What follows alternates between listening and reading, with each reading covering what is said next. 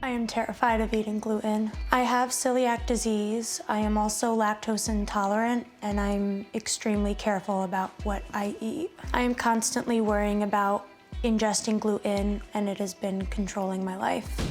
It is very hard to watch Victoria go through this every day. I don't want to compare it to a parent who has a child going through a terminal illness, but the helplessness is the same. I still live at home with my parents, so it's important to avoid cross-contamination.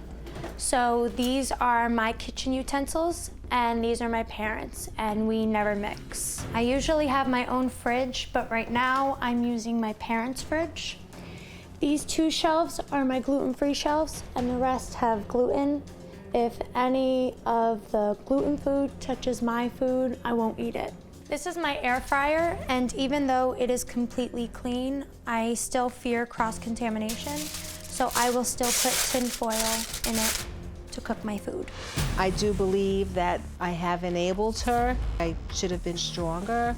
I think you've helped me with coping with gluten phobia, but at the same time have made it worse. I'm letting Victoria actually put everything in the bag. I won't touch the food. I'm just helping her with the labels, and that's okay because I'm not touching the food.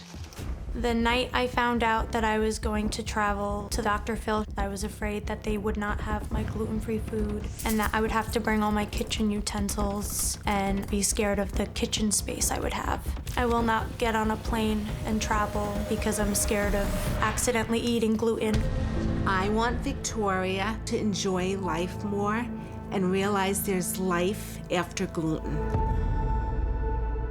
When was the first time you were diagnosed and properly knew that you had a problem with gluten, that you had celiac disease?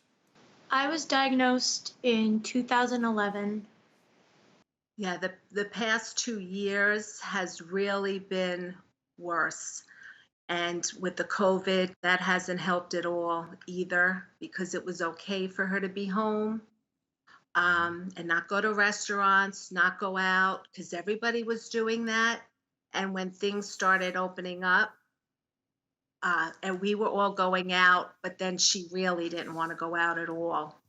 I kind of made a list of the impact that you guys described this having on you. Nightly panic attacks, barely eating. You say you've had a 70-pound weight loss because you're just kind of afraid to eat much. You'll only leave the house for a few hours. No bars, restaurants, movies, bowling parties, anything like that. You won't use a public restroom. You won't travel or go on an airplane. If you try new foods, you're just not going to leave the house. Always wear gloves at your job when you're eating. You kind of dropped out of in-person college. You're afraid to get married because of food at the reception. It's such a big problem that I don't know how to face it. Okay, is this a phobia, or do you think there's a obsessive-compulsive component to it? I think it's both. The disease that you have is very real. Celiac disease is not something that's made up in your head. It's a very real thing. So we're agreed on that, correct?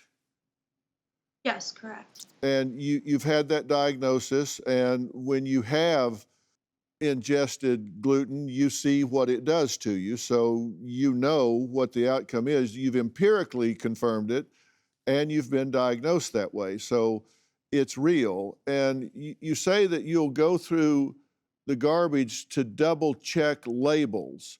Yes, I'll check the labels when buying it. I'll check the labels before cooking it, and then I will check it after I ate it.